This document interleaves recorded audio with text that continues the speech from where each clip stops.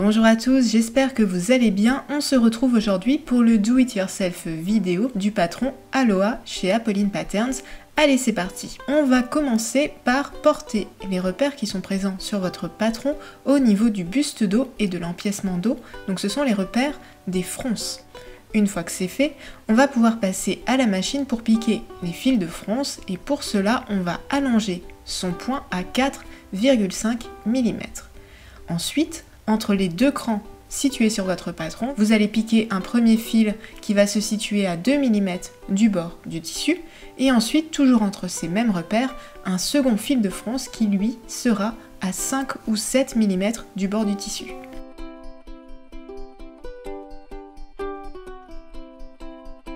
Pour plus de clarté, j'ai pris un empiècement dos que j'ai mis en doublure, donc c'est celui qui se trouvera sur l'envers du vêtement, et vous avez l'empiècement dos en tissu principal. On va, dans un premier temps, positionner endroit contre endroit le buste dos avec l'empiècement dos qui est en tissu principal. Et l'idée, ça va être de froncer la pièce buste dos, de sorte qu'elle soit de même longueur que l'empiècement dos. Vous pouvez faire coïncider au niveau des repères le milieu dos au niveau de la pièce buste dos et de l'empiècement dos. Et ensuite, vous pouvez faire coïncider les extrémités, donc c'est toute la ligne qui se trouve au niveau de l'épaule et donc du bras. On fronce afin que les deux pièces soient de même longueur et on va pouvoir commencer à épingler. Épingler bien au niveau des fronces pour bien les maintenir en place. Vous pouvez aussi faire un petit nœud au niveau des fils de fronce à droite et à gauche une fois que vous avez déterminé le bon équilibre au niveau des fronces, ça aidera à les fixer et elles ne bougeront plus lorsque vous passerez à la machine.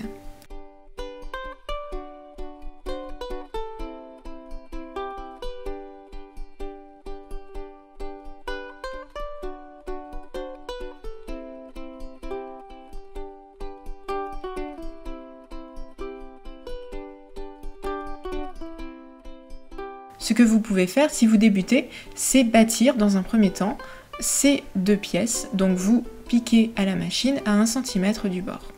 Et on va passer à la seconde étape. Voilà, c'est quelque chose que vous pouvez réaliser en une fois ou en 2 fois. Le résultat sera strictement le même, mais lorsqu'on débute, c'est bien de décomposer. Alors ensuite, une fois que vous avez bien bâti vos deux premières pièces ensemble, vous allez pouvoir là positionner donc l'endroit de votre empiècement dos en doublure contre l'envers, cette fois, de votre buste dos en tissu principal. En fait, c'est comme si votre buste dos en tissu principal était pris en sandwich entre les deux empiècements dos.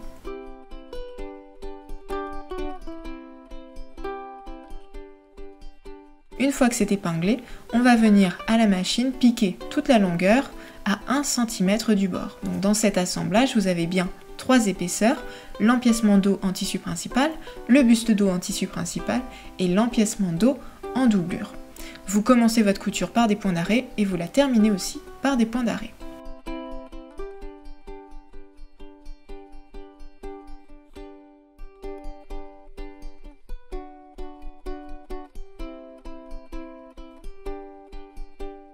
On enlève ensuite les épingles et vous allez voir le résultat. L'idée, grâce à cette technique, vous voyez, c'est qu'on a caché les rentrées de couture. Ils sont emprisonnés, entre guillemets, entre les deux empiècements dos. Ce qu'on va faire dans un premier temps, c'est qu'on va ouvrir la couture qu'on vient de réaliser au fer. Donc quand on ouvre les coutures, ça veut dire que les rentrées se positionnent de part et d'autre de la couture. On vérifie sur l'endroit que tout est bien à plat et on va faire un second coup de fer justement pour replacer l'empiècement dos en doublure contre l'empiècement dos en tissu principal. Et donc les deux empiècements sont bien envers contre envers.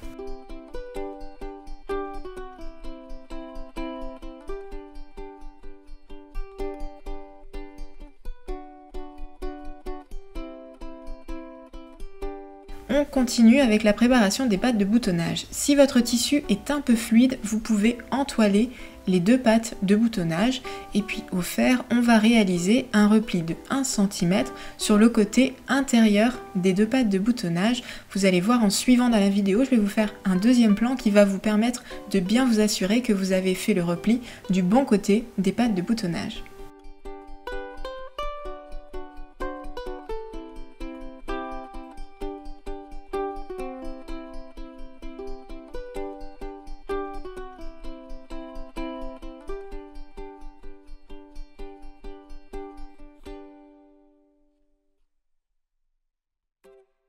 Maintenant, l'assemblage par les épaules.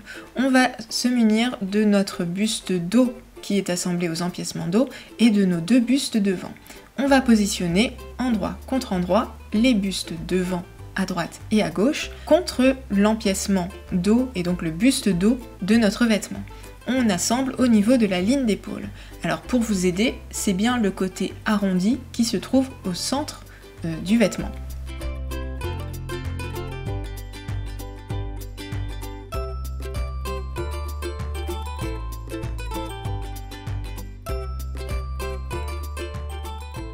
Vous allez épingler chacune des lignes d'épaule et on va tout simplement les assembler par des coutures simples, donc endroit contre endroit, à la machine en piquant à 1 cm du bord pour la ligne d'épaule à gauche et la ligne d'épaule à droite.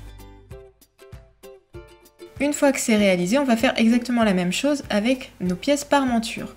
Donc vous allez retourner votre buste dos, donc vous voyez l'empiècement dos en doublure qui apparaît, c'est normal, et vous allez ici assembler vos parmentures devant, endroit contre endroit, avec l'empiècement dos en doublure. Vous voyez que dans cet assemblage, le repli qu'on a effectué à l'étape précédente, vous voyez qu'il est bien épinglé comme ça, c'est très important pour que la patte de boutonnage se retrouve ensuite dans le bon sens. Et on va piquer à la machine, vous voyez, les 3 cm environ qu'il y a au niveau de la patte de boutonnage.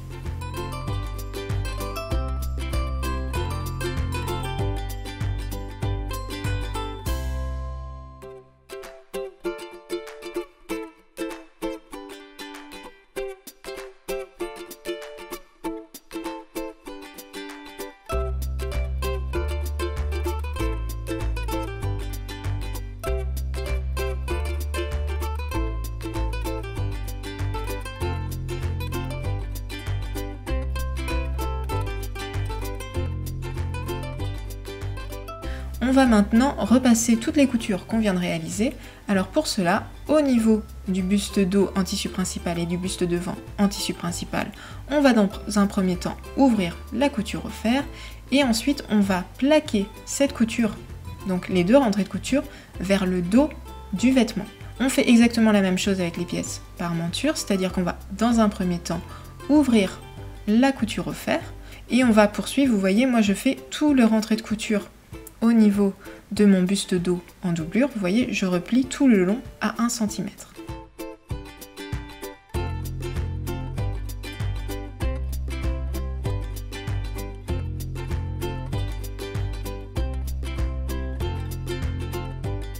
Et on va pouvoir passer à l'assemblage de l'encolure. Alors c'est une méthode qu'on appelle celle du fourreau ou alors du burrito. Il y a plusieurs noms selon qu'on est en France ou parfois au Canada, où je crois que la méthode du burrito est plus utilisée. Alors ce qu'on va faire, c'est qu'on va prendre ici le buste dos et on va le rouler. Donc vous le roulez comme je fais sur ma vidéo, on l'enroule sur lui-même, ce qui va permettre en fait de faire revenir vers vous l'empiècement dos en doublure ainsi que vos parmentures devant en tissu principal. Et si vous les repositionnez sur vos bustes devant, vous voyez que comme par magie presque, ça se positionne donc endroit contre endroit, c'est-à-dire que vos parmentures devant et votre buste devant en tissu principal vont se superposer endroit contre endroit naturellement. Alors on va faire correspondre la ligne d'épaule au niveau des parmentures et du buste devant. Vous voyez, là je suis en train d'épingler au niveau de la ligne d'épaule et ensuite je vais tout simplement épingler ma parmenture devant au niveau du buste devant, donc de la ligne d'épaule au bas du vêtement. On fait ça bien sûr pour la parmenture à droite et la parmenture à gauche du vêtement.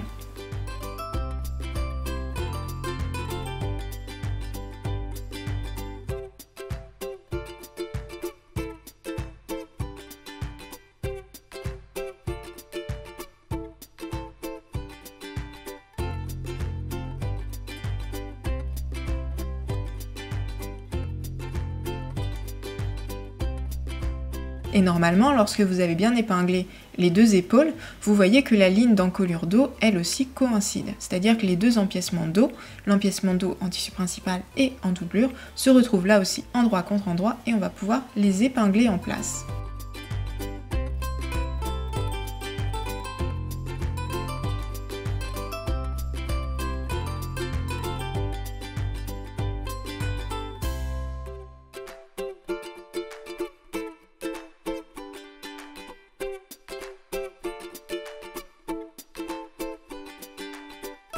Une fois que c'est fait, vous allez pouvoir piquer tout le long de cette encolure. Donc vous pouvez réaliser cette couture en 2 fois en partant du milieu dos au niveau de l'encolure et en descendant tout le long de la parmenture côté gauche et ensuite à nouveau du milieu dos pour redescendre ensuite tout le long de la parmenture côté droit.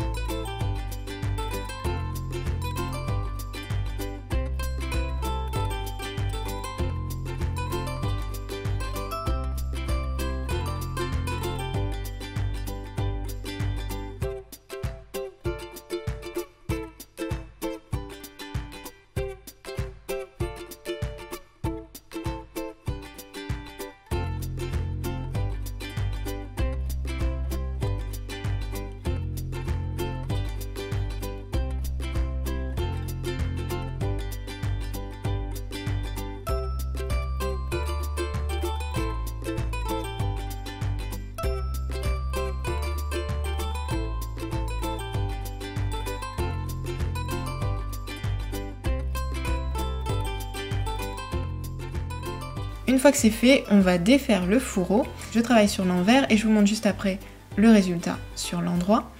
Il faut que votre vêtement soit comme s'il allait être porté.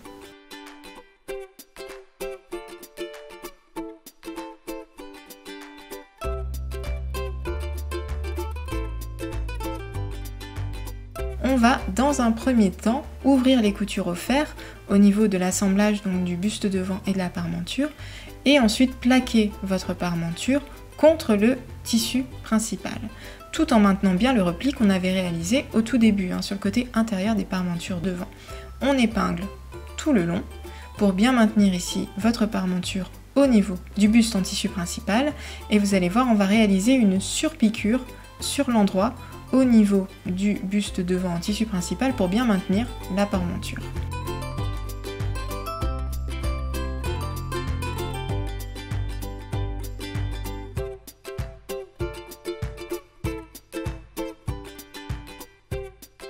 Et vous allez pouvoir aussi repasser la ligne de l'encolure au niveau de l'empiècement dos. Il ne sera d'ailleurs pas obligatoire de surpiquer cette encolure puisque la pièce va forcément rester en place puisqu'elle va être assemblée de tous les autres côtés.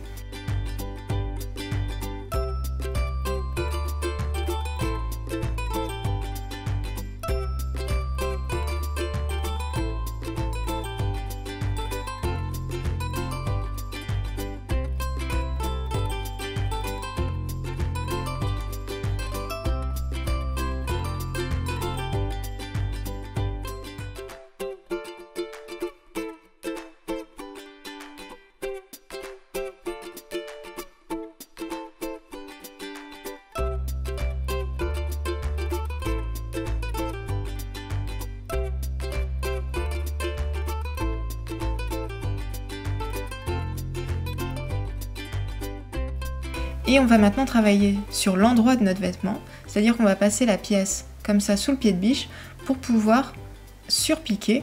Et cette surpiqûre va nous permettre de bien assembler ensemble la parmenture devant avec le buste devant en tissu principal. On va donc pour cela piquer à 2 cm du bord du vêtement à la machine et on va piquer d'abord le buste devant gauche et ensuite le buste devant droit du vêtement quand il sera porté.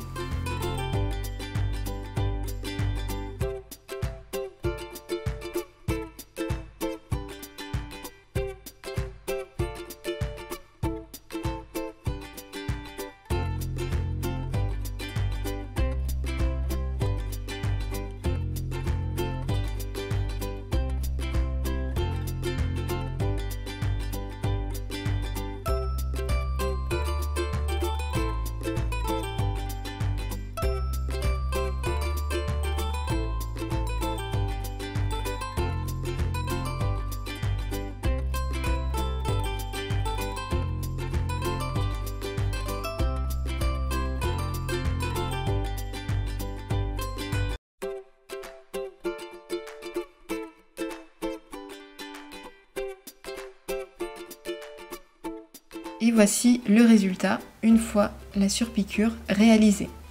Et on va pouvoir faire une dernière finition qui se situe au niveau de la ligne d'épaule. L'empiècement dos en fait va venir recouvrir les rentrées de couture qui se situent au niveau des pièces dos et devant en tissu principal. Pour ça c'est un peu délicat, on va venir placer le rentré de couture donc de l'empiècement dos en doublure, endroit contre endroit avec le rentré de couture d'assemblage du buste devant et de l'empiècement dos en tissu. Ça va être assez facile d'épingler l'extérieur, mais au niveau de l'intérieur de votre ligne d'épaule, il y a un peu plus d'épaisseur, donc vous allez vous arrêter généralement 2,5 cm avant le bout de la ligne d'épaule.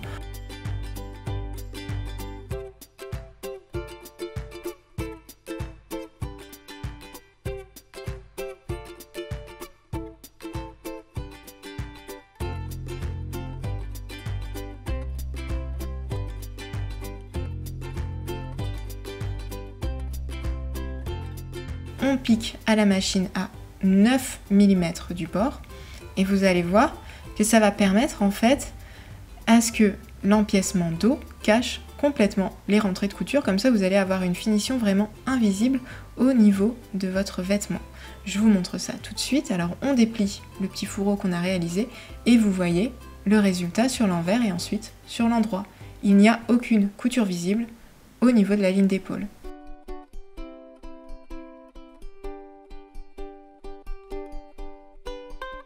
On continue avec les côtés de la robe qu'on va assembler à l'aide de couture anglaise. On va donc positionner envers contre envers le buste dos et le buste devant. Gauche, par exemple, on va commencer par le gauche, par les côtés.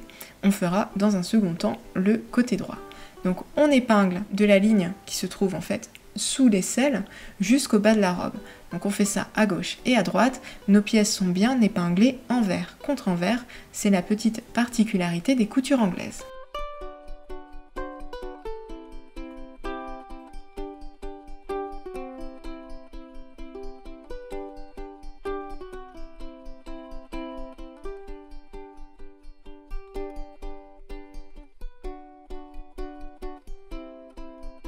Une fois qu'on a assemblé notre couture à 1 cm du bord, on va venir diminuer le rentré de couture à l'aide des petits ciseaux. Vous faites en sorte de raccourcir en fait la largeur du rentré à environ 3 mm. Vous pouvez aller jusqu'à 5 mm si vous avez un peu peur d'entailler sur la couture. Et ensuite, une fois qu'on a diminué les rentrées de couture à l'aide des petits ciseaux, on va venir ici repasser notre rentrée de couture pour bien ouvrir en fait la couture. Cette première étape va nous aider ensuite lorsqu'on va repositionner donc endroit contre endroit nos pièces, donc buste devant et buste dos en tissu principal. Donc vous voyez ici, je repositionne mes pièces endroit contre endroit et je repasse un coup pour bien marquer la couture. Je vais ensuite épingler tout le long pour pouvoir piquer cette fois, attention, à 5 mm du bord. Et c'est pour ça qu'on réduit le rentré de couture, c'est pour pouvoir piquer à 5 mm du bord et que le rentré de couture restant soit bien emprisonné entre les deux morceaux de tissu. On passe à la machine et on va donc piquer à 5 mm du bord.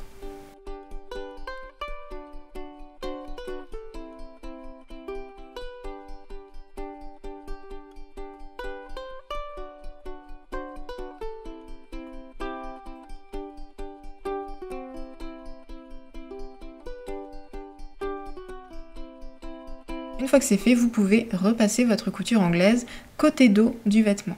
Et on va passer à l'assemblage des manches. Alors l'assemblage des manches, je le réalise aussi à l'aide des coutures anglaises. Donc on va replier chaque manche envers contre envers et on va assembler par le côté.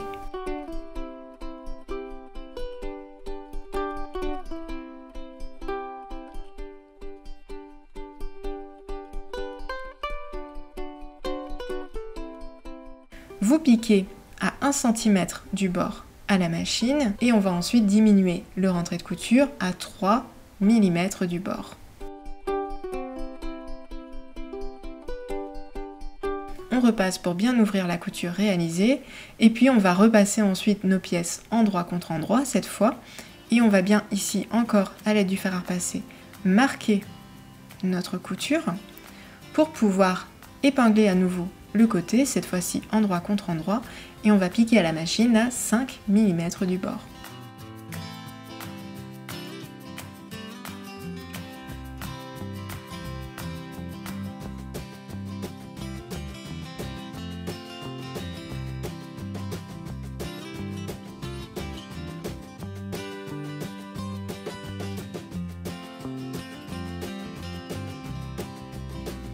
Une fois que c'est fait, n'oubliez pas de repasser votre couture au fer. On va ensuite se munir du bracelet de manche qu'on va lui assembler avec des coutures simples. Donc on replie le bracelet de manche endroit contre endroit par le petit côté et on va piquer à 1 cm du bord.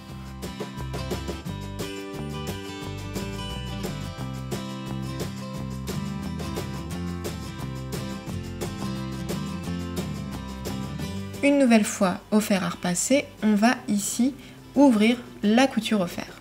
On va pouvoir ensuite effectuer un repli au niveau de l'un des côtés longs seulement de 1 cm vers l'envers. Tout le long de votre bracelet de manche, vous pouvez utiliser une jeannette, c'est très pratique justement pour cette manipulation. Vous formez un repli ici de 1 cm au niveau du bracelet de manche.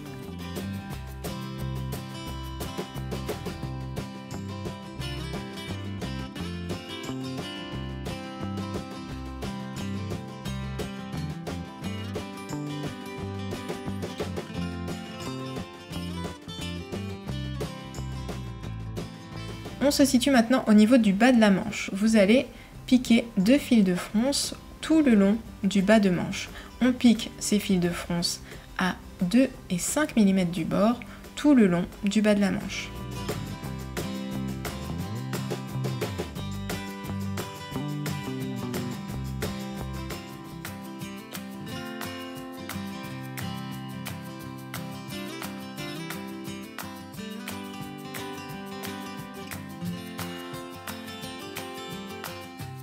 Une fois que cela est fait, on va prendre quelques petits repères. Vous allez, à l'aide d'un stylo friction ou d'une craie, marquer le milieu de la manche ainsi que le milieu du bracelet de manche. Pour cela, reportez-vous au patron.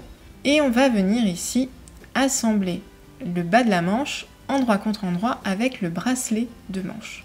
Donc vous allez enfiler en fait le bracelet autour du bas de la manche.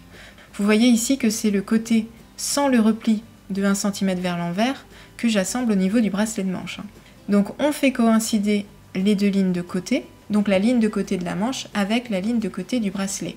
On va ensuite faire coïncider les deux milieux, donc l'écran qu'on a fait juste avant, et une fois que ça c'est fait, vous allez pouvoir ensuite froncer votre bas de manche de sorte qu'il soit de même longueur que le bracelet de manche.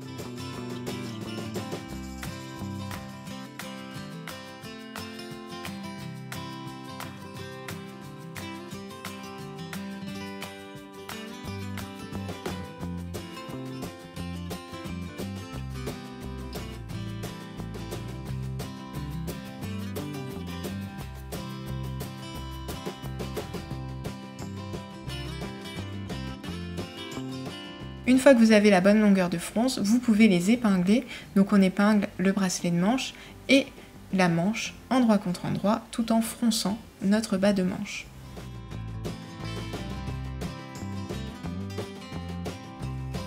Une fois que cela est fait, vous allez pouvoir passer à la machine à coudre pour assembler votre épinglage et on pique toujours à 1 cm du bord du tissu.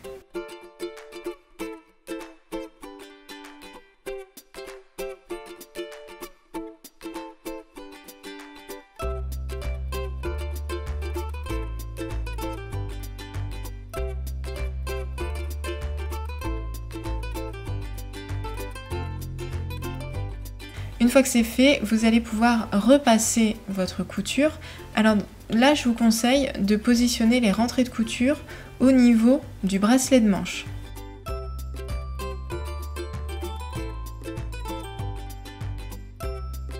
Parce qu'ensuite, ce qu'on va faire, c'est qu'on va replier le bracelet de manche sur lui-même, de sorte que on cache les rentrées de couture. C'est ce que je suis en train de faire.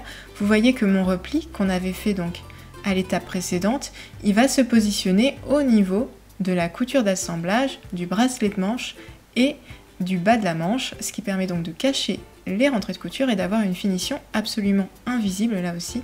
Donc vous marquez bien ce repli au fer et on va ensuite pouvoir épingler notre bracelet de manche.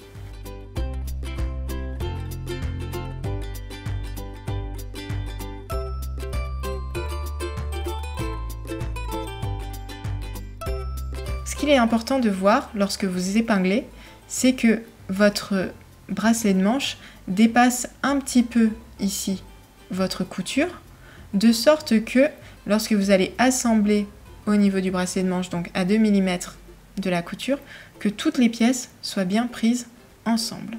Donc, je vais vous montrer le processus et je vais surtout ensuite vous montrer le résultat. Donc avant de procéder, n'hésitez pas à regarder le résultat à la fin de mon assemblage pour vous assurer que vous avez bien saisi ce qu'il fallait faire pour bien assembler le bracelet de manche au bas de la manche. Donc c'est une surpiqûre qui va être visible sur l'endroit. C'est pour ça que je travaille justement sur l'endroit. Je pique sur l'endroit pour pouvoir avoir une piqûre la plus régulière possible, ce qui n'est pas toujours le cas quand on surpique sur l'envers.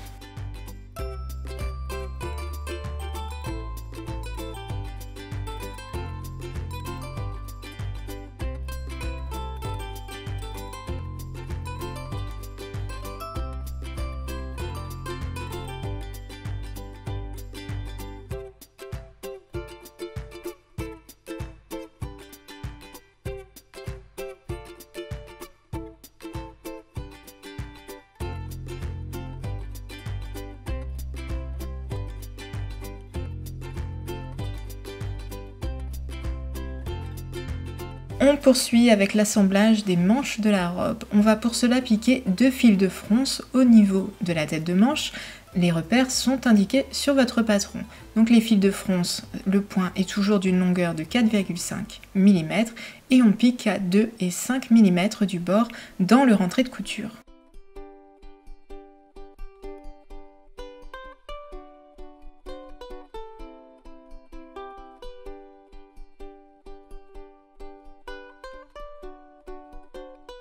On va pouvoir placer nos 2 pièces, donc le buste dos devant avec la manche, sur l'endroit et on va venir épingler le côté de la manche avec le côté de la robe chemise. Vous épinglez endroit contre endroit. Pour répartir les épaisseurs, je vous conseille de mettre le rentré de couture de la manche vers le côté du devant de la manche. Comme ça, votre rentré de couture au niveau de votre buste et vers le dos, ça permet de bien égaliser les épaisseurs. Ensuite, on va prendre le deuxième cran qui est celui de la ligne d'épaule qu'on fait correspondre avec le cran de la tête de manche qui est sur votre patron. On épingle, donc il faut bien que les 2 pièces soient toujours endroit contre endroit. Et on va pouvoir ensuite épingler les 2 autres crans, donc le cran dos qui se trouve au niveau de la couture buste dos, empiècement dos et le cran dos donc de la manche. Ensuite, pour faire bien correspondre la longueur de la tête de manche à celle de l'emmanchure, on va utiliser justement les fils de fronce qu'on a cousus à l'étape précédente. Donc il n'y a pas beaucoup d'embut à résorber au niveau du modèle Aloha, mais si vous avez besoin d'un petit peu de fronce, voilà, les fils sont là pour ça. Donc une fois que vous avez bien fait coïncider les 2 longueurs, vous allez épingler vos 2 pièces, donc elles sont bien endroit contre endroit, et on va venir les piquer à la machine en cousant là aussi à 1 cm du bord.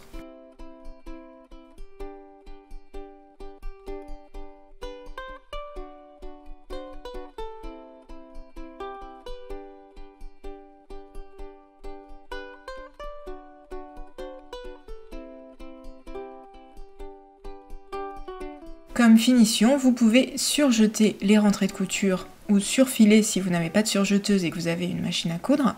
Il y a parfois des points de surjet ou alors on peut utiliser le point zigzag à la machine à coudre pour finir une emmanchure. Et ensuite, vous pouvez bien sûr repasser votre couture en couchant les rentrées de couture côté épaule, donc côté intérieur de la robe chemise.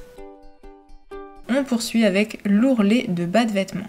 Pour cela, vous allez, grâce au fer à repasser, effectuer un premier repli de 3 cm tout le long du bas des bustes. Vous allez pouvoir effectuer ce premier repli et à l'intérieur de ce repli, vous allez effectuer un second repli, cette fois donc de la moitié de 3 cm, donc 1,5 cm.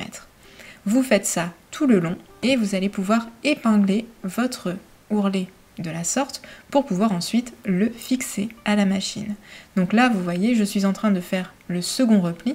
Ce qu'il faut visualiser, c'est comme si on repliait un rentré de couture donc de 1,5 cm à l'intérieur du repli de 3 cm qu'on a déjà effectué. Alors n'hésitez pas à prendre votre temps puisqu'il y a une sorte de courbe au niveau du bas du vêtement Aloha, ce qui peut parfois être un peu challengeant au niveau de l'ourlet, mais prenez votre temps, marquez bien nos fers et tout se passera bien.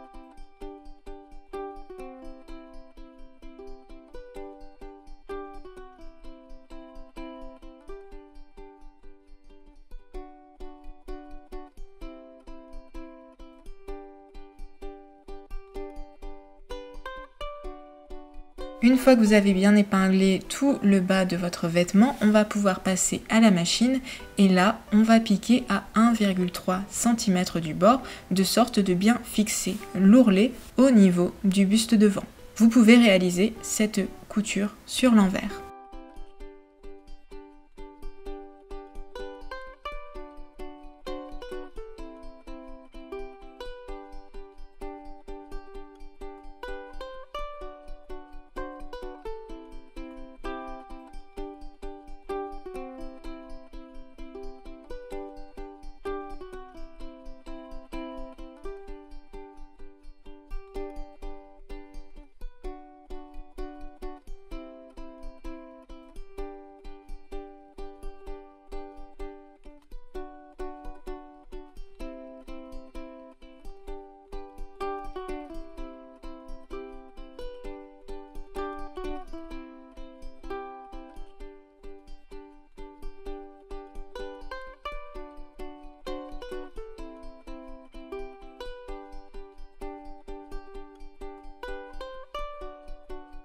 Et on termine bien sûr par repasser notre ourlet à la fois sur l'envers et ensuite sur l'endroit.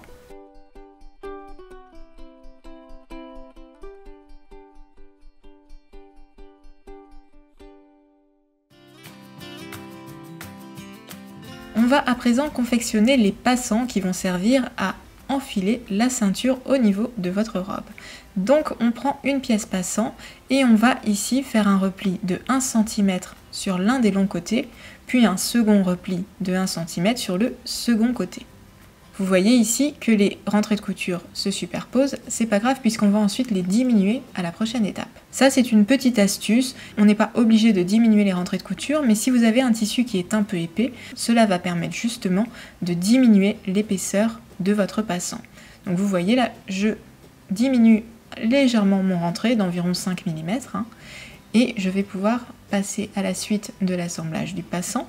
Donc je replace mon passant comme je l'avais laissé, les rentrées de couture sont diminuées et je vais maintenant le plier sur lui-même envers contre envers. Comme ça j'ai ici les deux endroits qui sont face à moi et je marque bien la forme au fer. On va ensuite pouvoir passer à la machine pour fixer notre passant en réalisant une couture qui se trouve à 2 mm du bord. Cela permet de bien fixer les deux bords ensemble pour que le passant ne s'ouvre plus justement. Je réutilise mon fer à repasser afin de faire un repli au niveau des deux extrémités qui restent maintenant. Donc je fais un premier repli de 2 cm et à l'intérieur de ce repli, comme pour l'ourlet, je replie 1 cm. Donc je fais ça en haut et en bas et on va assembler ce repli directement lorsqu'on va assembler le passant à la robe chemise. Donc positionnez le passant au niveau des repères qu'il y a sur votre planche de patron. Vous pouvez vérifier que ce positionnement vous convient au niveau de votre taille. Et si vous voulez par exemple faire une taille plus basse, vous pouvez aussi baisser les passants, c'est quelque chose qui est possible. Et je vais maintenant fixer à l'aide d'une petite couture mon passant au niveau de mon buste devant ou de mon buste dos puisqu'il y a 4 passants à assembler.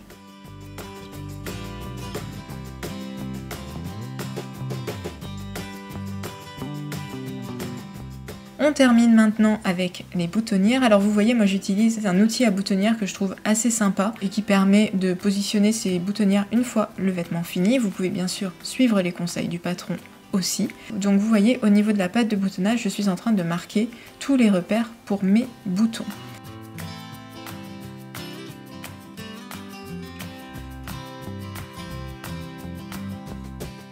Je vais ensuite utiliser un point de boutonnière automatique qu'il y a sur ma machine à coudre. Ici, je change le pied de biche pour avoir le pied de biche spécial boutonnière. Je n'oublie pas de tirer le petit repère à boutonnière qui se trouve en général à l'arrière de la machine à coudre. Et pour positionner sa boutonnière, vous voyez, je vais placer mon tissu le plus droit possible par rapport au bord de mon pied à boutonnière. Et je vais mettre le petit repère, donc le petit point que j'avais fait au stylo friction, au niveau de la fenêtre de la boutonnière. Une boutonnière, ça va d'en bas de la boutonnière vers en haut. Donc prenez toujours ce paramètre en compte. J'ai positionné sur mon patron les repères de sorte que le repère ce soit le bas de votre boutonnière. Vous pouvez aussi d'ailleurs retrouver une vidéo spéciale boutonnière sur ma chaîne YouTube. Il s'agissait d'un live que j'ai réalisé pendant le confinement, donc n'hésitez pas à consulter la rubrique justement spéciale live en confinement où j'ai fait 1 heure de live sur les boutonnières et où j'explique notamment comment rattraper une boutonnière si jamais il y avait un souci. On repositionne ensuite son vêtement face à nous, donc l'endroit est face à nous, et je marquais ici les repères pour faire coïncider les boutonnières avec les boutons. Donc j'utilise toujours mon petit outil à boutonnière dans un premier temps, je fais ici mes marques donc bien en face des boutonnières, et je vais ensuite, par acquis de prudence, superposer ma patte de boutonnage avec les boutonnières, avec la patte de boutonnage où il y aura les boutons, pour bien vérifier que mes repères sont corrects.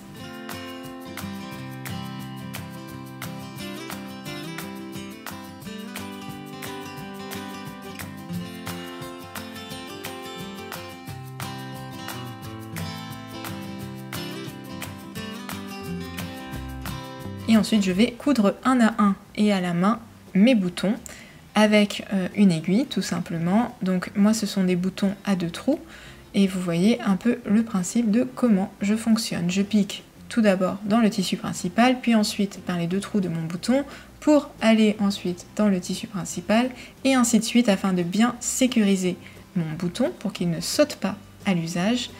Et je vais terminer cette couture à la main avec une petite série de nœuds à la main pour bien fixer mon fil. Voilà.